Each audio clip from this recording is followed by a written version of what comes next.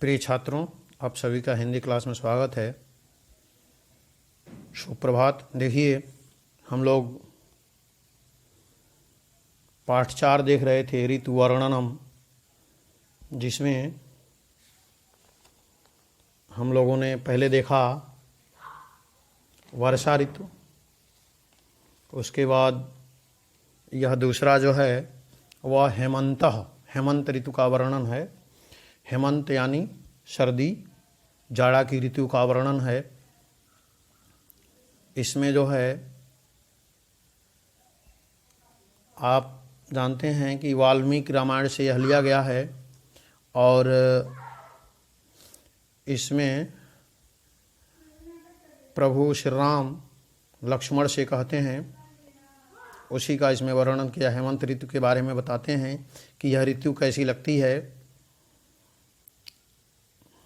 अत्यंत सुख संचारा मध्या हवे अर्ष स्पर्शतः सुखाः दिवसाः सुभगादित्या छाया सलील दुर्भगाः। अत्यंत सुख संचारा मध्या हवे स्पर्शतः सुखाः दिवसाः शुभगादित्याः छाया सलील दुर्भगाः।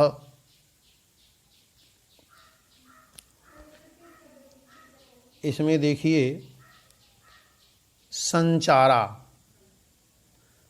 अत्यंत मतलब अधिक, सुख मने सुख, संचारा मतलब चलने योग्य या भ्रमण करने योग्य। मध्या हुए दोपहर का समय, स्पर्शतः सुखाः।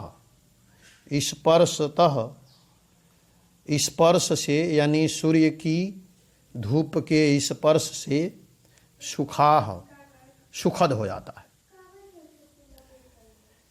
दिवसाः, देखिए दिवसाः दिवस, सुभगादित्याः सुभग मतलब अच्छा लगता है, आदित्याः सूर्य मतलब दिन में सूर्य अच्छा लगता है। छाया सलील दुर्भगाः, छाया मतलब छाह छाया, सलील पानी, दुर्भगाः इससे दूर भागते हैं। इससे हम क्या करते हैं? दूर भागते हैं। ये अच्छा नहीं लगता है। अब देखिए, इसका जो है सबसे पहले हम देखेंगे क्या?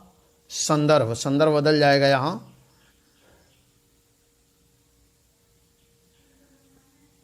संदर्भ देखेंगे।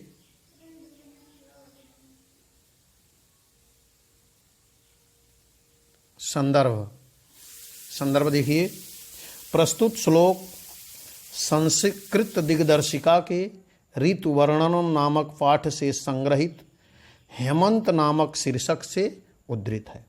फिर एक बार देखिए, इसको लिख लीजिए कॉपी पे। प्रस्तुत श्लोक संस्कृत दिग्दर्शिका के ऋतु वर्णनम नामक पाठ से संग्रहित हेमंत नामक शीर्षक से उद्धृत है। अब देखिए अनुवाद इसका। हेमंत ऋतु में मध्याह्वे दोपहर के समय का दिन अत्यंत सुख संचारा।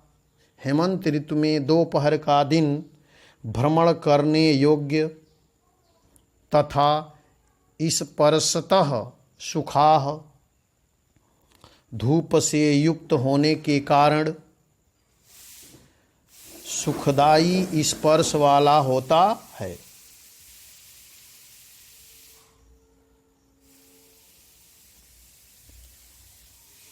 हेमंत ऋतु में दोपहर के समय का दिन भ्रमण करने योग्य तथा धूप से युक्त होने के कारण सुखदायी होता है, अत्यंत सुख संचारा, सुखदायी होता है। दिवसाह सुभगादित्या छाया सलील दुर्भगाह। इस समय दिन में सूर्य अच्छा लगता है। दिवसाह सुभगादित्याह, इस समय दिन में सूर्य अच्छा लगता है। और छाया सलील दुर्भगा, छाया तथा जल से दूर भागते हैं या अच्छा नहीं लगता है, या अच्छे नहीं लगते हैं। अब देखिए ये 7वां, खरजूर पुष्पाकृतिभिः शिरोभिः पूर्ण तंडुलैः शोभन्ते किंचिदालंबाः सालयः कनकप्रभा। खजूर पुष्पाकृतिभिः शिरोभिः पूर्णतंडुलैः, खजूर पुष्पाकृतिभिः शिरोभिः पूर्णतंडुलैः शोभन्ते किंचिदालंबा सालयः कनकप्रभा।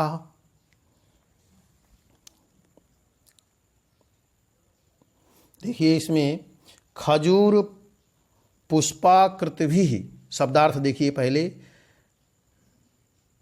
खजूर पुष्पाकृतिभिः, खजूर के पुष्प की आकृति के समान, शिरोभिः, शिरोभिः सिर वाले, पूर्ण तंडुलैः, पूर्णतः चावल से भरे हुए, पूर्ण तंडुलैः पूर्णतः चावल से भरे हुए, शोभन्ते सुशोभित होते हैं, कंचिदालंबाः कुछ लटकते हुए, कंचिदालंबाः, कंचिदालंबाः कुछ लटकते हुए, सालयः धान, कनक प्रभा सुनहरे रंग वाले, कनक, कनक मने सोना, प्रभा मने प्रकाश, कनक प्रभा सुनहले रंग वाले। अब देखिए संदर्भ तो वही होगा, क्या संदर्भ होगा? प्रस्तुत श्लोक संस्कृत दिग्दर्शिका के ऋतु वर्णनम नामक पाठ से संग्रहित हेमंत नामक शीर्षक से उद्धृत है। अब अनुवाद देखिए, हिंदी में अनुवाद इसका, अनुवाद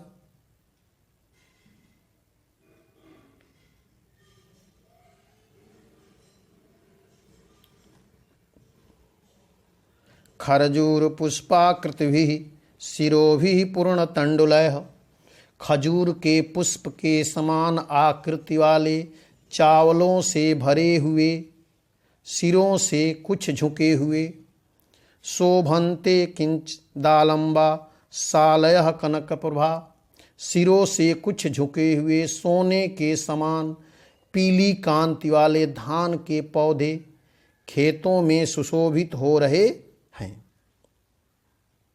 खजूर के पुष्प के समान आकृति वाले, चावलों से भरे हुए, सिरों से कुछ झुके हुए, सिरों भी किंचित दा लंबा, किंचिदा, सिरों भी किंचिदा लंबा, सिरों से कुछ झुके हुए, कनक प्रभा सोने के समान पीली कांति वाले, सालयः धान के पौधे, शोभन्ते खेतों में सुशोभित हो रहे हैं।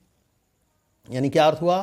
खजूर के पुष्प के समान आकृति वाले, चावलों से भरे हुए, सिरों से कुछ झुके हुए, सोने के समान पीली कांति वाले धान के पौधे सुशोभित हो रहे हैं।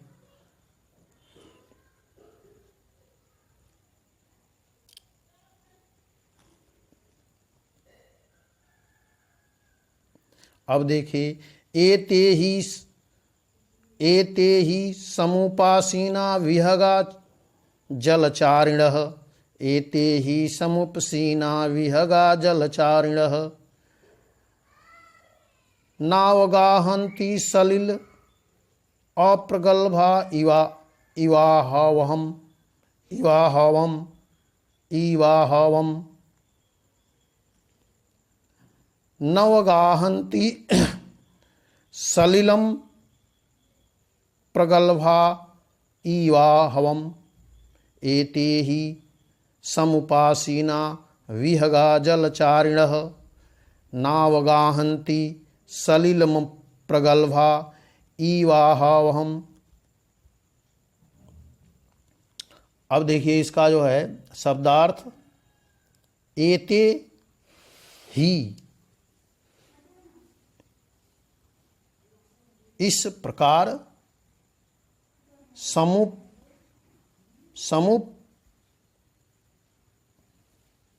समुपासीना, समीप बैठे हुए, यहाँ एते ही, यहाँ पर समुपासीना, सम धन उप धन आसीन, समीप बैठे हुए, विहगा, विहगा मतलब पक्षी, जलचारिणी जल में विचरण करने वाले पक्षी, जलचारिणः जल में विचरण करने वाले, नावगाहन्ति, ना मने नहीं, अवगाहन्ति स्नान कर रहे हैं यानी स्नान नहीं कर रहे हैं, नावगाहन्ति यानी जल में प्रवेश नहीं कर रहे हैं। सलील, सलीलम प्रगल्भा, सलील मने जल, अप्रगल्भा, प्रगल्भा मने होता है वीर और अप्रगल्भा मने होता है कायर। इवाहवम युद्ध में, इवाहवम युद्ध में। अब देखिए इसका हिंदी में अनुवाद, देखिए क्या होगा इसका। एते ही समुपासीना विहगा जलचारिणः, एते ही समुपसीना विहगा जलचारिणः, ये जल में विचरण करने वाले पक्षी, जल के समीप बैठे हुए, ये जल में विचरण करने वाले पक्षी जल के समीप बैठे हुए, जल में, नावगाहन्ति सलिलम प्रगल्भा इवाहवम, जल में उसी प्रकार प्रवेश नहीं कर रहे हैं जिस प्रकार कायर व्यक्ति युद्ध में प्रवेश नहीं करता। फिर एक बार इसका अर्थ देखिए, ये जल में विचरण करने वाले पक्षी जल के समीप बैठे हुए जल में उसी प्रकार प्रवेश नहीं कर रहे हैं जिस प्रकार कायर व्यक्ति युद्ध में प्रवेश नहीं करते। अब देखिए ये अगला श्लोक, अवश्यायतमुर्नद्धा, अवश्यायतमुर्नद्धा निहारतं सावृता, प्रसुप्ता इव लक्ष्यन्ते विपुष्पा वनराजयः, अवश्यायतमुर्नद्धा निहारतं सावृता, प्रसुप्ता इव लक्ष्यन्ते विपुष्पा वनराजयः, अवश्यायतमुर्नद्धा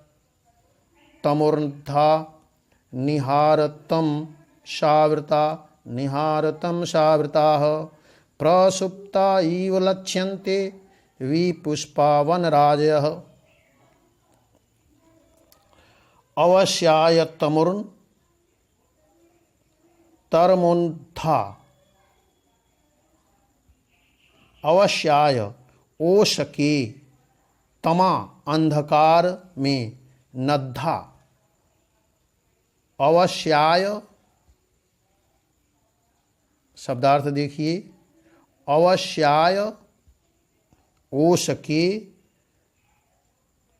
तमाह अहंकार अंधकार नद्धा बधी।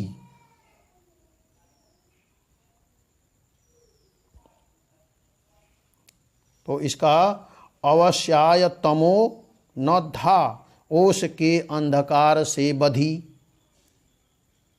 निहार, निहार माने कुहरा, तमसा द्वंद धुंध, तमसा धुंध, आवृता ढकी हुई।